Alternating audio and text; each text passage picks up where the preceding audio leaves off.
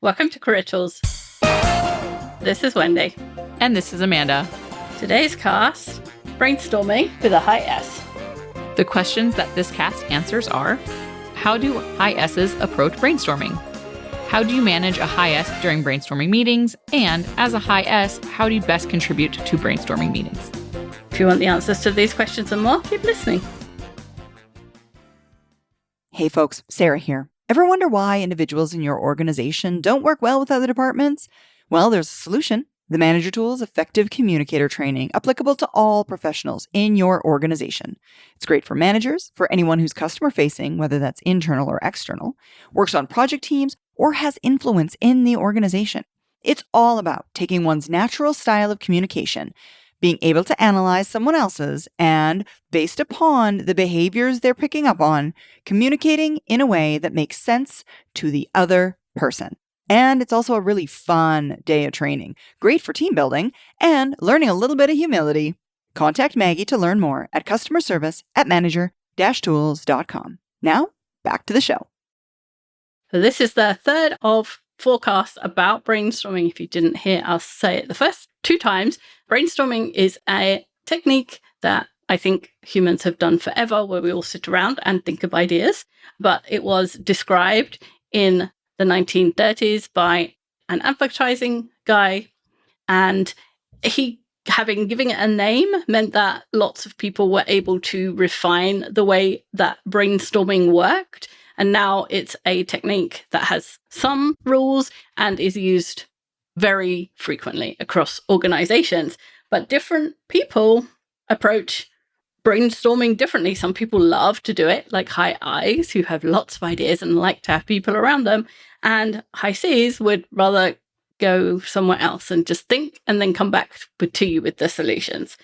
But it is a useful technique for gathering ideas. And if you have lots of people with different profiles, different perspectives, you get better answers. So having answered that, whether you are a high S yourself and you're brainstorming, or you're a high S and you're a facilitator, how do we make brainstorming maximize the talent in our team? What can we do? So what we're going to talk about today is first a quick introduction to DISC. Then give the high S's a heads up. We're going to talk through setting and following ground rules, and then how to use the high S's social awareness. So our quick introduction to DISC. If you don't know what DISC is, or MT DISC, and you don't know what we're talking about, DISC is a behavioral assessment tool that uses 2 axes to identify each person's preferred style of communication. And the 2 axes are assertive, reserved, so that's like one continuum, and task-focused, people-focused, that's the other continuum. And sometimes we say DISC because that's the underlying technology, and sometimes we say MT DISC because that's the Manager Tools specific DISC instrument and profile, which you can take on the website. So if you're not sure what letter you are, you can go to manager-tools.com and look for DISC profile. You can take your profile and you can find hundreds of podcasts about what different profiles look for, how they act, how they approach different situations, how to communicate better with them, and so on and so forth. And in this cast specifically, we're just talking about brainstorming. So the people who are assertive talk loudly and quickly. They make large gestures. If they walk into a room and they want something to happen, it doesn't matter if there's 100 people or 200 people, they believe that they can influence all of those people to make what they want happen. On the other end of the spectrum are those who are reserved, and they speak more cautiously, more slowly, more quietly. They make small gestures, usually sort of within the space of their body, and they believe that one person's needs don't outweigh the needs of many. So rather than walk in a room of 100 people and believe that they can impose their will, they will feel like, I'm just one of 100 people. How am I going to overcome those? I don't think I should. So they won't even try. So the high D's and I's are assertive, and the S's and C's are reserved. On the other axis, we have task and people focused. There are folks that focus on the task. They will ask what needs to be done and will mentally check off the list. Just go through exactly all the information involved and check it off the list. Then there are the people-focused individuals, or the ones that are asking who is here. And they will take time to connect before they begin the work. And if you ever seen these types of profiles walk into a meeting, our task-focused ones are there to get the job done. They only are talking about tasks. And then the people-focused tend to walk in and they'll chat with some people and they want to have those relationships before getting into the details. So the axis that we're talking about here is the task versus people-focused. And our high Ds and high Cs are task-focused, and our high Is and high S's are people-focused. So if you put those together, Ds are assertive and task-focused, IIs are assertive and people-focused, S's are reserved and people-focused, and high Cs are reserved and task-focused. So today we're just going to concentrate on the high S's, so they are reserved and people-focused. The first thing you need to do, if you're thinking about brainstorming, whether including high S's in a group or you're the facilitator and you know there's going to be high S's there, tell the high S's well before the meeting that you're going to be brainstorming. Because high S's think before they speak. My dad is a high C and my mom is a high S, and she parrots my dad, who says to me, think before speaking, because I'm a high D and I don't, but high S's definitely do. And they like to think slowly because they want to make sure that they've considered all of the angles before making a suggestion or a recommendation. High Ds don't care. They're just like, it's my idea. It's the best idea. I'm just doing it. High S's like to think through the effect of any decision on other people. Their ideas are well-formed, considered thoughts, rather than kind of rapid-fire brainstorming contributions. And their slower, more methodical approach means they tend to offer more fully developed solutions. You're much more likely to be able to take a high S's idea and run with it than you are a high D's half-baked harebrained thing, even though they're going off and doing it before anybody's even thought about it. And we're contrasting the two because high S's and high D's are the opposite. So high D's are task-focused, assertive, and high S's are reserved and people-focused. And so it's easy to see the difference between those two. So what we want to do is build in time for high S's to consider the problem ahead of time. And that means that we get the value of their ideas, having given them time to think about those ideas before the meeting. And if the problem hasn't yet been defined, you may need to have 2 meetings in order to get the most out of your high S's. And when we talk about it a little bit later, also those high C's for their contributions. We know that our more reserved folks, our high S's and high C's, tend to, again, act slower. So they might need more than just the quick brainstorming meeting to be able to define what's going on. So if you're going to have the 2 different meetings, first, schedule a meeting where the team only works on defining and understanding the problem. This gives the high S's and the rest of the team time to consider the problem, or what the problem truly is and how it should be framed. Then hold a separate meeting to brainstorm the solutions for that specific problem. This allows the high S's to process and contribute at each stage rather than forcing them to shift from the problem definition to the solution generation in one meeting, because it probably won't happen. You might receive emails after that meeting if they're stuck on the definition of the problem and they haven't had time to process that and know how all of those choices are going to impact everybody in the room. They're going to be a lot slower to contribute any ideas. They're going to want to take in more information during that brainstorming, which won't be very helpful because they'll have good ideas. They just need time to process them. So the time between the meetings gives them the time to think about and help develop their ideas. And if you have high Ds who will say, why do we have to have 2 meetings? I can decide in 1 meeting.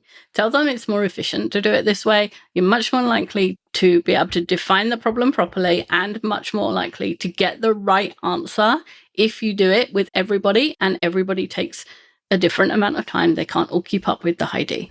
So even though you're doing 2 meetings, it will be more efficient in the long run. So now let's talk about setting and following the ground rules to a brainstorming meeting. So conventional ground rules for brainstormings typically include no interrupting, all ideas are captured, and our infamous manager tools peanut butter rule, which is defined as there are no negative comments about others' ideas. Really, the peanut butter rule is Anything that is said gets put on the board because it's about volume and you can figure out the meaning of those ideas later. But in that quick moment, just get the ideas on the paper. And as a facilitator, setting and enforcing these ground rules will mean that your high S's have a chance to speak and be heard. High S's will not interrupt someone who's already speaking and will allow the high D's and high I's to hold the floor. They'll take one for the team, say, no, they're doing just fine. Maybe they'll talk about my idea, right? Because they're going to sit back and just listen. So setting those ground rules, making sure everyone is heard is a really good way to make sure that they can contribute. So even when the high S's have good ideas, if the high D's and high I's dominate, they're not going to share them. And if you're a facilitator and you're a high S, having ground rules means you can hold the group to the standard. It's so much easier as a high S to say, hey, there's some rules, we're all following the rules, than it is to say, hey, high D, stop talking. Which another high D would be able to say, stop talking and not worry about it. A high S is way too polite for that. So having rules that we're all agreed to helps you have something to enforce that's not personal. It's not about those specific people, it's about the group as a whole. And so we're all agreed on the ground rules and we're all agreed that we're going to stick to them. When somebody breaks them, it's much easier for you to say, hey, there's a rule, than it is if you don't have those rules. It's nice and objective. No feelings involved. Right. And so two most useful ground rules for high S's are, the first one is everyone gets a turn.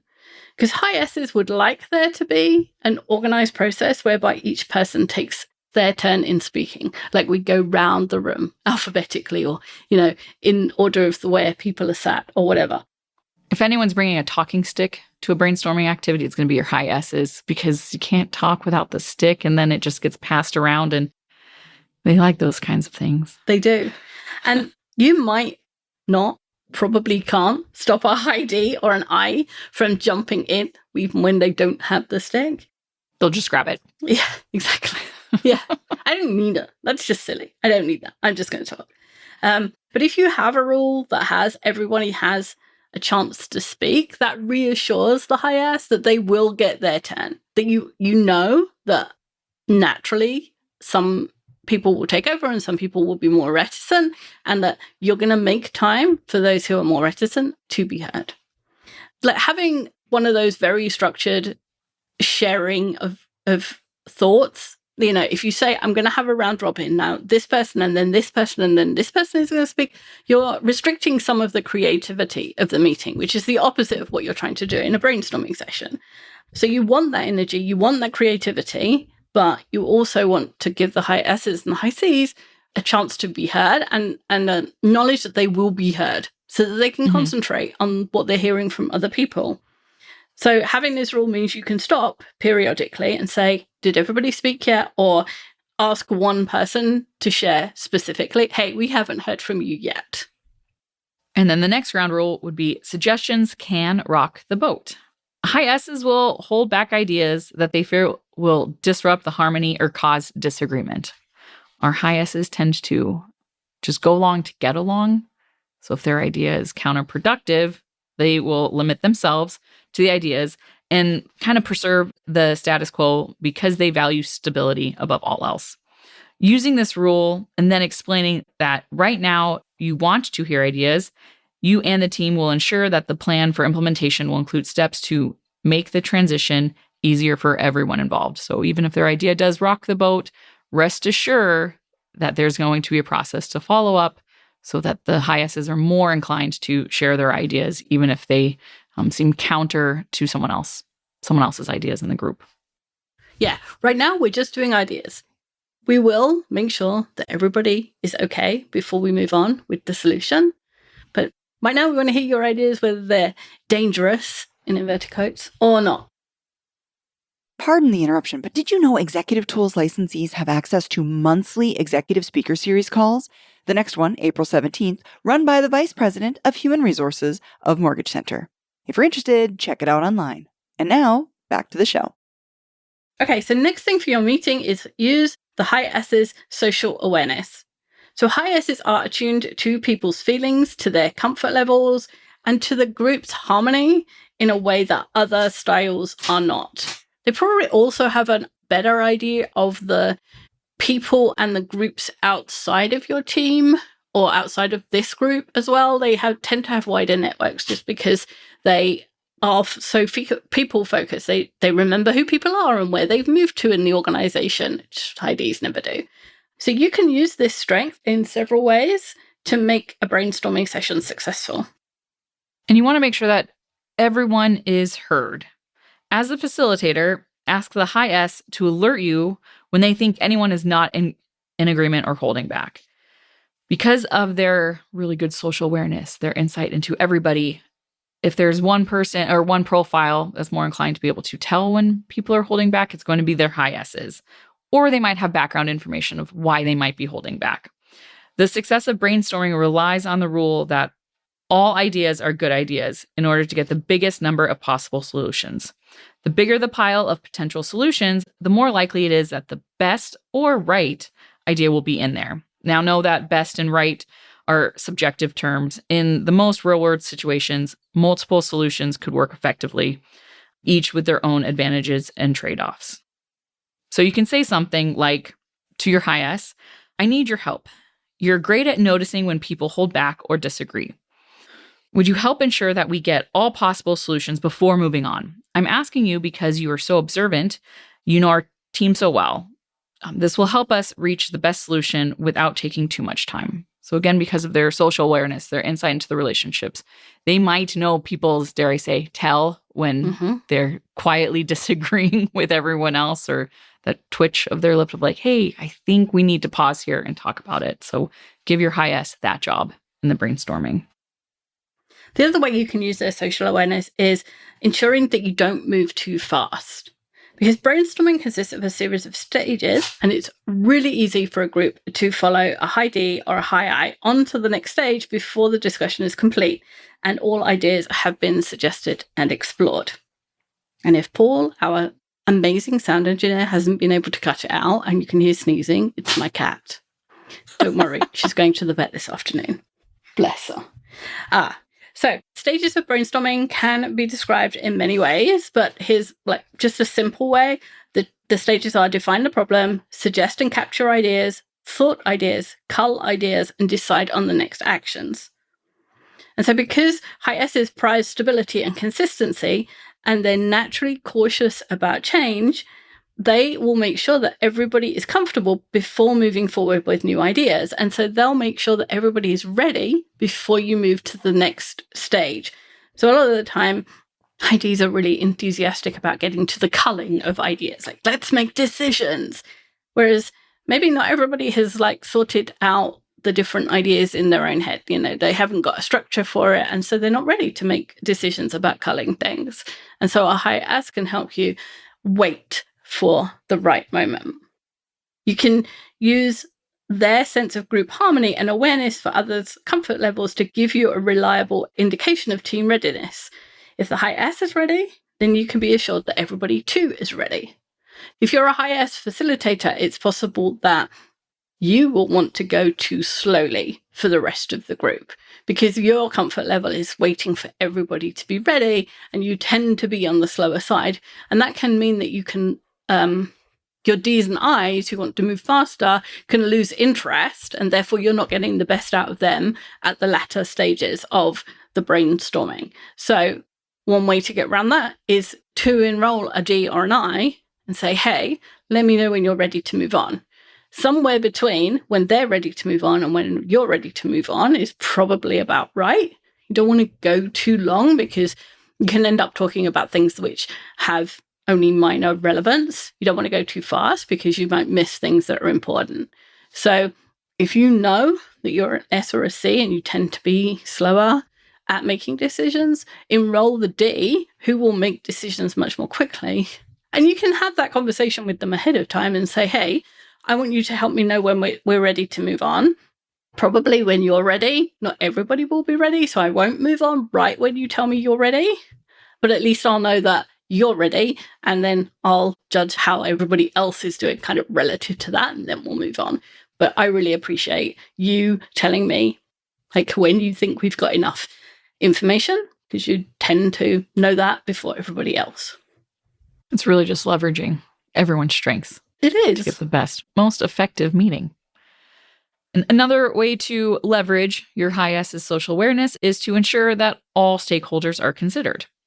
Another result of high S's tuning to others is that they will easily identify everyone who may be affected by an idea or solution.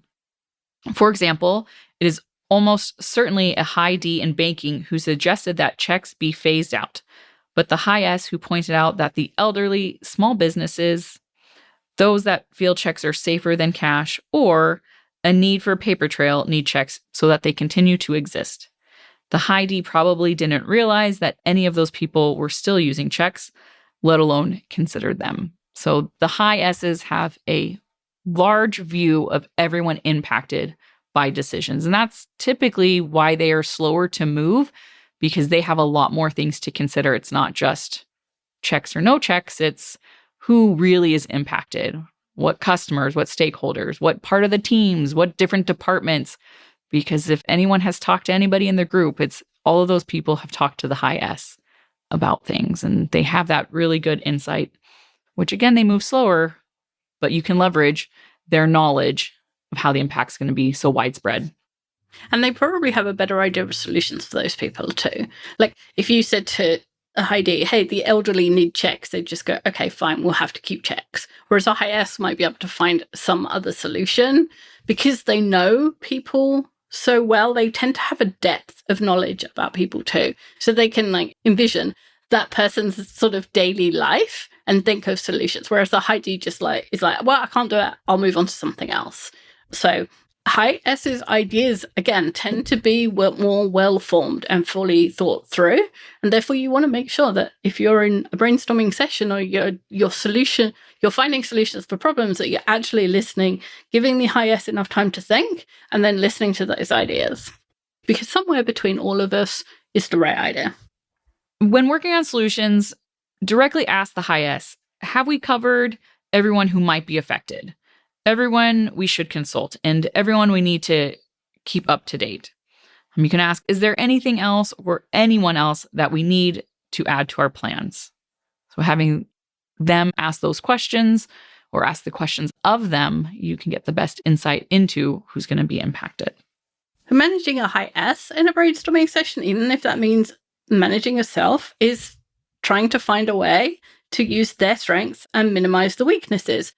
The weaknesses are, especially in brainstorming, that they go too slowly for the other faster styles, and then they might not be heard. And no team with only one style is effective. We've said this before. All high Ds will fight. All high Is will have a party. All high S's will never move on because nobody's happy, and all high Cs will be discussing the details and never get round to doing anything. And that was slightly tongue-in-cheek, but true-ish. And everybody is unique, but high S's have a commonality which you can use. And that sense of people and understanding of people is something that they really contribute to the team. So making sure that you're going slow enough, if you're a high S, making sure that you are contributing in ways that are helpful in the right speed. Make sure that we hear from everyone. And if we hear from everybody, we get a better solution overall. So the task for anybody who is in a brainstorming is to make sure we use everybody's skills effectively, including the high S. Thanks, Amanda. Thanks, Wendy. That's everyone. That's all for this week. Join us again next week when we finish off this series with the high Cs. Bye, everyone. Bye.